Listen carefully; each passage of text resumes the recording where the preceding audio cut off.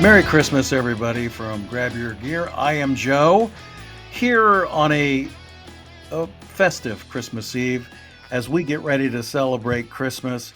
Jack Windsor joins me as well. Jack taking time off of his holiday cheer and Christmas shopping to come in here on Christmas Eve, one of my favorite days of the year because you wind down a little bit. It's like the one day where everybody isn't, typically angry and pissed off at everybody.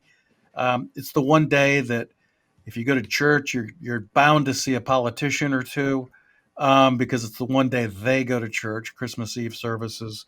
Jack, how are you? And Merry Christmas. Merry Christmas. I'm super fantastic and excited to knock off here when we're done and go, do all the Christmas stuff that we do at the Windsor House and enjoy a Christmas tomorrow. So, do you have some family traditions that you do every year, or do you just make it up every year as you go? Yeah, so we're a blended family, which means that Whitney brought some biological kids, my bonus kids, Addison and Brody, and then my biological daughter Eva Grace. So the five of us together are a blended family, and we brought some traditions. We try to make newer things happen, but decorating the tree. Each kid has their own little tree that they put in their rooms. Mhm. Really, our I guess custom is more around gifts. We like to make sure that they have something they want, something they need, and something to read, I guess. And then there's a fourth one there, and Whitney will crack me over the head here for not remembering it. But we get them a book, something they want, something they need, and then of course something to wear. So those are the at least the four basic things that we make sure that they get every year. And so that's really kind of our tradition, in addition to eating a lot. Yeah, a lot of people do that. I mean, we do it in our household. Used to go out for Christmas Eve. Now we do it at home because I have grandchildren who are real small people, and you don't want to take them in a nice restaurant because they create havoc. And I do not believe in putting up, screens at nice restaurants so your children or grandchildren can listen to with headphones, which drives me freaking crazy. When you go to a nice restaurant, like last week when we went on our Christmas party, you were of course at the Grab Your Gear annual Christmas extravaganza. And by the way, I do appreciate your speech and your reference to Festivus in your talk. I thought it was quite For the rest fitting. of us, right? Yes, I thought that was quite fitting, but that's one of my pet peeves. But one of the things I like to do also is I like to watch Christmas movies. Do you like Christmas movies? I do. Only a handful. Really? Yeah. See, Tinfoil Ted got me really more interested in not only film and cinema, but kind of the backgrounds and some of the great producers and directors of our time. And so I thought, what we're going to do today on the first annual ever Grab Your Gear Christmas Extravaganza show is kind of go over your favorite top 5 Christmas movies and why. I'm going to give you mine. And Okay. if anybody out there listening to our program decides that they want to share their list, go ahead and send that to dick@grabyourgear.net after the show. Just send your top 5. And if and we're going to do a drawing. We're going to send whoever gives us the best top 5 list. We're going to send them a Yeti. And mostly because I want to see if anybody actually listened to the Christmas Eve podcast. So, I'm sure as they're wrapping their presents for the kids and family members, they're absolutely blasting this over, not the radio, maybe the computer. But yeah, why not? Here's the holiday tradition. You need to listen to the Grab Your Gear podcast on yes, Christmas Eve. yes. Well, real quick, I know Tinfoil Ted and Apprentice Isabella are there. Ask them to tell you what their favorite Christmas movie is. Just if you could yell over there. And Hey, gang, what's your favorite Christmas movies? Top 5. at least just get number one. Get number 1. Give me one number 1 for Yeah, both of your you. favorite- Can I say two? Apprentice Isabella wants to say 2. Oh, So for God's this sakes. must be a good Okay, give list. us 2. Okay, give us 2. I like The Holiday and Fred Claus. The Holiday and Fred Claus. Okay, didn't make my list, but what about Tinfoil Never Ted? heard of him. Okay, so once you get married and have a family and kids and everything, Four Christmases hits a lot differently, and Christmas with the Cranks is a great one. Christmas Vacation tops the chart. Well, That's he's my guy wrong. right there. He's wrong on that. Okay, I'm going to give you my top 5, and then we'll talk about them. Okay. Okay. Number 1 is A Christmas Story. TBS plays that 24 hours a day on Christmas Day. The classic gives us the famous leg lamp. Remember that? Red Yes. Ryder BB guns. You And shoot I your like eye it. out. You could never make a movie again about a gun. Um, and most importantly, it taught us to never lick a frozen flagpole. Ever. And the other reason I like it, I interviewed Peter Billingsley, who was a child, in the movie. He was an adult when I interviewed him, and he brought it. Just I really enjoyed him a lot. He hold on. Santa. So the reason I like A Christmas Story is because it plays 24 hours straight on Christmas Day, so it always makes me think of Christmas. I watch about 3 of them. It's a classic that gave us the things like the leg lamp, the Red Ryder BB gun, and most importantly, it taught us never to ever, under any circumstances, lick a cold flagpole. And I just think those are very good lessons. And like I said, I interviewed Peter Billingsley, and I found him to be just a fantastic guy. And he's done a lot of work. He is as a behind the scenes guy as much as anything now. But he did play an elf in Elf. He was Mm. Bob Newhart, who was like Santa Claus, I believe, or he was the elder elf, I believe. And Peter Billingsley did a cameo in that later in life. So that's my number 1. Number 2, It's a Wonderful Life. Jimmy Stewart, Donna Reed, and of course Lionel Barrymore for you film fans. 1946 Frank Capra film. Love Frank Capra films. Best movie of all time. But also, it was also one of the best, not just Christmas movies, but one of the best movies of all time. Number 11 on the American Film Institute list of 100 greatest movies of all time. So I like that one. Number 3, Home Alone. Yeah. John Hughes produced it, wrote it. Chris Columbus was the director. I think that was one of his first films. Tinfoil Ted can tell me, but I think that was his actual first film as a director. And don't forget Joe Burrow. Yes. Chris Columbus and Joe Burrow. Sorry, Joe. Yeah. Of course, that's where Kevin's family accidentally leaves him behind. Again, John Hughes wrote the thing, and I understand he wrote it in a weekend. Oh, wow. Put the whole thing together. It takes place in Winnetka, Illinois, which if you go to Winnetka, you can see the Home Alone house. So many people drive by that house. So many people continue to drive by that house that love that movie. They put a wall. The Right. family who bought it had to put a wall in front of the house because people kept stopping and taking pictures. Wall's not big enough because they still do it. They still go by. If you go on that street, people stop. A footnote, not in my top 5, but another Christmas movie that was produced by John Hughes, Trains, Planes, and Automobiles with Steve Martin and John Candy. Really a pretty funny movie. But my number 4 is also a John Hughes movie, and that is Christmas Vacation with Chevy Chase, Beverly D'Angelo, and of course the ever lovely Randy Quaid, who was cousin Eddie. Mm-hmm. Hysterical movie. Oh. Hysterical movie. And my 5th is a tie. I'm like Apprentice Isabella. Yes, for 1 you get 2. Die Hard and White Christmas. Now, White Christmas was an old Rosemary Clooney, Bing Crosby movie.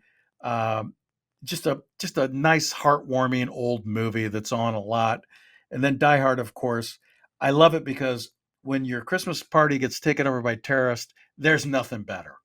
And of course, Bruce Willis does a phenomenal job in that one. Those are my top 5. So, recapping: A Christmas Story, It's a Wonderful Life, Home Alone, Christmas Vacation, and a tie for 5th, Die Hard and White Christmas. Jack, your top 5. Isn't Die Hard kind of like pineapple on pizza? Like, isn't that the debate? Is Die Hard a Christmas movie? It is a And Christmas movie. can you put pineapple on pizza? That's a You thing, right? cannot put pineapple on pizza, but Die Hard is a Christmas movie, and I don't know who these people No, are. those two things can't be true. Either Die Hard is a Christmas movie and you can put pineapple on pizza, or Die Hard The is only not a person I Christmas know that puts movie and you pineapple on can't. pizza is the Princess Isabella. Well, she said it's so she probably thinks Die Hard is a Christmas movie. Isabella? No. No, No, it's not a not. see, Joe, it's not a Christmas movie. No. Well, then she can't eat pineapple on pizza anymore. So then, if that's how we're doing this, Well, do you want to give that up, Isabella? If you can't eat pineapple on pizza, are you willing to say that Die Hard is a Christmas movie? Oh, that's Oh, I can see the smoke's coming out, man. extortion. She's Yeah, thinking. yeah. It's like So, overheating. Jack, did I hit any of your favorite movies there on my list? Yeah. So I'm sorry. What'd you say, Isabella? I said Die Hard's not a Christmas movie. Die Hard. It's just a movie that takes place during Christmas. It's a movie that takes place during Christmas. It's not a Christmas movie. Causation and correlation, Joe. We got to get it right if we're in the news business. Moving along. Your Okay. top five? Top five. I can't go into depth the way that you did. I'm a little embarrassed. Number 5, I'm going to say The Grinch. Oh, you're working your way out. Okay, so 5 is The Grinch. Great movie. Good kids. It scares children into being good. Yeah. And it gives me hope because my kids tell me that I'm a curmudgeon and cranky, and so maybe that little heart that I have one day will expand. And then number 4 would be Home Alone. I like Joe Burrow in that one. Joe Burrow is not in that movie. You can't tell me that he doesn't look like him. Okay. And then number 3 would be A Christmas Carol, just because, we read A Christmas Carol when I was younger, and it just always kind of took me back to Christmas. It's just something I love. I'll always love it. I think it has a really good message. It's just a little too dark for me. And I always kind of thought, what do you mean it's dark? It is dark. I always thought Tiny Tim was faking it so they could get government assistance. But so now you're comparing Tiny Tim to like a panhandler. Is that what I'm hearing? Yeah. Just never got into A Christmas Carol. You don't give money to panhandlers, do you, Joe? No, do not. Okay, good. Because it's a scam a lot of times, so I don't do it. Yeah, so. but with 3 school-age kids, we have to explain that all the time. Dad, why are you not? Okay. Because, So honey, they're going to... Anyway, 2, right? 2 is A Christmas Story. I used to think it was kind of depressing, but it just kind of sticks with you, which I don't know. I mean, you kind of went through all of the lessons. I think it's kind of funny. You can kind of relate with it a little bit. But number 1, hands down, there's one Christmas movie. Yes. Christmas Vacation. Yeah. I mean, that's it. It's one of those movies that it's on. If it's on, you still watch it, even though you know every Oh my gosh, line. I watch it and I'm like, well, look, hey, honey, let's just keep it here. Let's watch this one funny part. And then before you know it, fireworks are going off, and they're bringing the boss in, and in Cousin Eddie is kicking the boss's butt up the stairs, and they bring him in, and then of course Griswold goes off on his rant. That's one of my favorites. Merry Christmas, the is full. That's one of my favorites. Yes. The movie is just full of one-liners. It's hilarious. A classic movie. Beverly D'Angelo grew up in Ohio. Don't know if a lot of people know that. I did not know that. She's from Upper Arlington, Ohio, and got kicked out of school and ended up at a place called Columbus School for Girls after she got kicked out of the local school. And then she said, screw it, and went off and became a famous actress. So there. Wow. How about that? So if you've been kicked out of school. Married. She was married to Al Pacino, by the way. She was married to Al Pacino. I'm sorry. Did you know that? I did not know that. It's hard for me to keep up. I was just having this conversation with somebody the other day. See, I'm a curmudgeon. I'm going to start kvetching. It's Christmas Eve. Hollywood marriages last about 2 weeks, so it's hard for me to keep up, Okay. Anyway. So that's my list. So if you get a chance, watch the best Christmas movie ever, which is A Christmas Story. It starts at midnight tonight, I believe, or 11 o'clock on TBS, and it will run and run and run and run.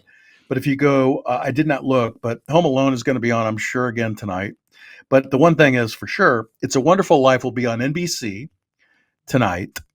When I worked at NBC, if you had the Christmas Eve shift, you watched that movie because that was on every Christmas Eve in the newsroom.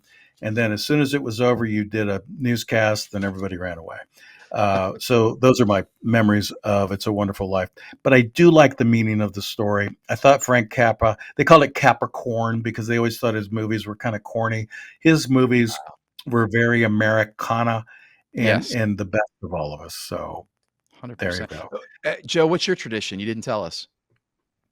Or do you have a tradition at Well, least? after we do the Festivus at 4 o'clock on Christmas Eve, after church, we then proceed. We instead of going out, we do a beef tenderloin, which I took the recipe from Tinfoil Ted. So we will do a beef tenderloin with my family.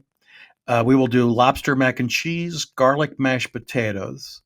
Then we do asparagus, which is grilled, and then we also add either a cream spinach or a Brussels sprouts, kind of a Brussels sprout thing we do. So it's like a steakhouse with all the sides, and we do that, and then we go down the street to the neighbor's house, which we've done for 20 years, and invade their Christmas party, and then I always wait to watch the end of It's a Wonderful Life, and then I come home and usually fall asleep right away. Well, my wife does all the stuff that you do Christmas night still. Well, That's it. that sounds awesome. That's It's good packed. stuff. Yeah. Oh, well, is it Christmas if it's not? Are you doing it right? If you're not running from here to there and, having 2, 3 different dinners and seeing people you Yeah. haven't seen in a year. One of the things we're trying to figure out at our house, Joe, is how much Santa paid for that sleigh. And I think we finally figured it out. What? It How didn't much? didn't cost him anything. It was on the house. God, was that a dad joke or whatever? Yeah, I can't wait till Eva Grace, Brody, and Addison see this. They're gonna roll their eyes. They're gonna go. Yeah, I felt That's their all I got. eyes roll. I felt their eyes roll as we did that. But hopefully, everybody out there has a great Christmas. We know that a chunk of our audience and the majority of it is the people for the people that get up. Grab Your Gear is a program, a network built around people that do that every morning. They wake up and grab your gear. And if there's ever a group of people that deserve to have a great freaking holiday, it is the people that work and keep the country running. It's the electricians, the contractors, the plumbers. It's the HVAC people. Somebody's heat's going to go out tonight, and somebody in that trade is going to go fix it, and Yep. they're going to be happy to do it. And those are the people that I hope that have a great holiday. I hope they have a great 2025. We will have a preview and a countdown show next week. We're still going to work, but we will have a New Year's Eve show week from today.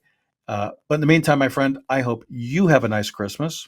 I hope Tinfoil Ted, Apprentice Isabella, who they will be winding up. They'll probably be out the door before we even put our headphones up. But Yeah, I think hopefully he's got they have a the great. scotch out over there already. So Yeah. Well, head start. Tinfoil Ted is having like a Christmas with a very small child who probably grab a lot of ornaments and throw. So he's going to have a lot of fun. But hopefully everybody out there is a great one. Remember, if you can remember, I'll tell you what, if you can remember my top 5, and you email it, we'll send you a Yeti. And if we get too many, we'll just do a drawing. Or I anticipate 2. So if 2 people send it in, we will go ahead and send them a Yeti. That's at dick@grabyourgear.net. Glad Hey, to do it. I'll throw in for a Yeti if you can send me some dad jokes so that I can increase the arsenal. My friend, I'm going to write you an entire new bevy of material. Have a Merry Christmas, Jack. And Merry hopefully Christmas, Joe. everybody out there has a Merry Christmas too. Be safe on Christmas Eve. Enjoy it. We'll be back here next week on Grab Your Gear for Jack Windsor, for Apprentice Isabella, for Tinfoil Ted. I am Joe. Merry Christmas.